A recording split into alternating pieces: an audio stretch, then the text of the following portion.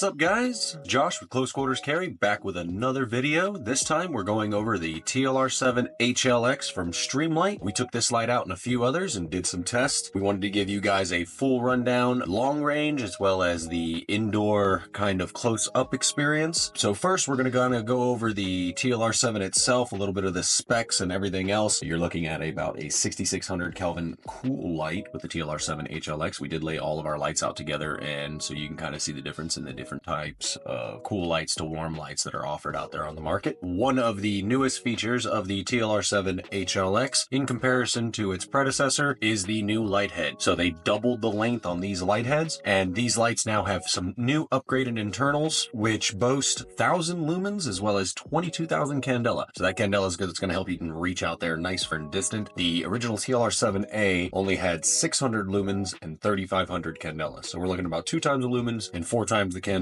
with the new TLR7 Hlx. The TLR7 Hlx also features the same switches as the TLR7A from the previous models. It's coming in at 2.88 ounces. The nomenclature of the Hlx seems to confuse a lot of people. HL just stands for high lumen, and X means that it's dual fuel. You can use either the new SLB9 battery from Streamlight, which is a USB-C rechargeable battery. When you move over to the CR123A on the website, it says you're only going to get about 500 lumens out of it. If you're using theirs, you're going to get the full 1000 lumens. So now to increase the candela, they did have to increase the overall length of the light. So these are not going to be compatible with older holsters. So if you have a holster for the TLR7, it's not going to work for the Hlx, but we do offer holsters for it thanks to the generosity of one of our customers who actually donated this light to us for holster making. We thank you very, very much for that. Super appreciate it. So now doubling the size of the face cap actually allowed them to achieve much more candela. It didn't matter how much lumens they added to the light. If they didn't increase the actual focusing of the lens on the inside, they weren't going to achieve any more candela. So by doubling the size of that, they're able to get much more candela, much more throw out of these lights, which has seemed to be what people were looking for. We found in some of our playing around with the lights that the TLR7 Hlx outperformed a lot of lights that were in a higher category than itself. So there's some lights out there that were considered more expensive lights. They're bigger lights overall. They have much more size and much more mass to them. And yet still we found the TLR7 Hlx did outperform or perform to the same standards as many of those other lights. So we broke open our entire stockpile of spare weapon lights that we had here in the shop. I mean, we've got all kinds of things from O-lights to Surefires to Streamlights to Modlites to even some of the new Ravions. I'm probably saying that wrong. GL4 and GL5 also donated to us for holster making.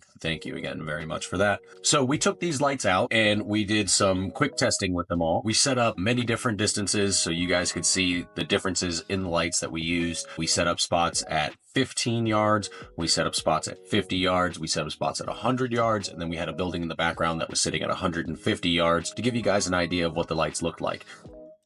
In our outdoor testing, that we put the TLR7 Hlx in the center, surrounded by lights that are significantly more expensive or larger than itself, but performance-wise, you can see the TLR7 Hlx is doing very well. When we move forward and we get into the first set of photos here, the 15-yard range, we're about 5 yards away from it. Here you can see that the TLR7 Hlx is pretty standard across the board, but already showing signs that it's slightly better than the TLR1HL and even the Ravion GL4 Pro, which is comparable to the original TLR7. As we move out to 50 yards, you can start to see a little bit of a difference, whereas the TLR7 Hlx is definitely beating out a couple of its competitors.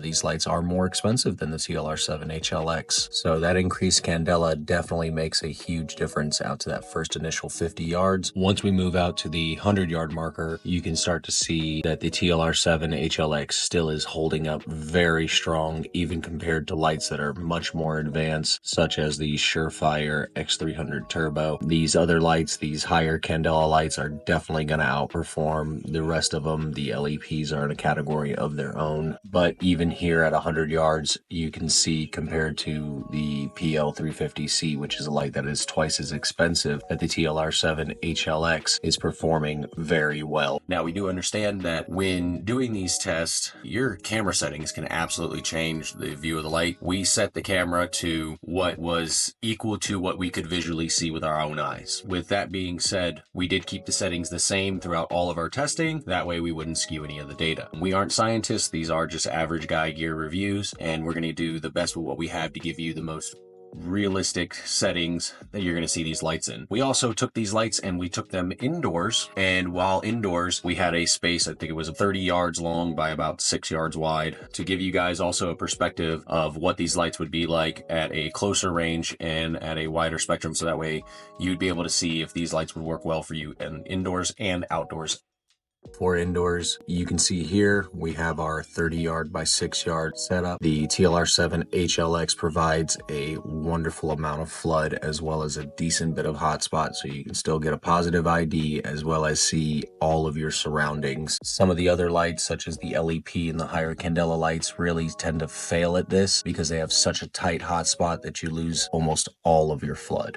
As for lights such as the Modlite PL350C, they might be slightly brighter, but I still feel as if you're getting a little more flood out of the HLX. TLR7 HLX did a wonderful job, we feel, all around as a weapon light. This is one that I'm definitely going to be adding into my own personal carry rotation just because of the quality of the light that it produced. So now out there we were testing all of our lights, and one of the first lights that we did test was going up against the Modlite PL350C. So we went outside and we tested both of these lights, and we found that for half the price of a Modlite PL350C, you're getting very, very comparable performance. So far with the TLR7 HLX, it has higher performance ratings, it has a smaller package overall, and it's going to come in at half the price. It's going to be very hard for Modlite to compete with the TLR7 at this point. Now, we do understand that we did not test this light up against the TLR7 or any of the other comparable compact lights, and the reason that we didn't do that was it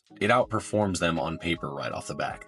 As you could see from our examples, there's many circumstances where it performs with lights that are much more expensive, much larger, in some cases almost twice its size, even to its own family of lights, the TLR1HL, which I think the TLR7 HLX actually outperforms it in all aspects, being a light that's significantly smaller in size. With that being said, you can get holsters for these lights made by us here at Close Quarters Carry. Just go to closequarterscarry.com, use the code CQC Squad to get yourself 10% off any of our holsters and items on the website. And don't forget to hit the like and subscribe button. We're looking forward to making more videos like this weekly to help you guys out in making your everyday carry decisions. This is Josh from Close Quarters Carry, signing off.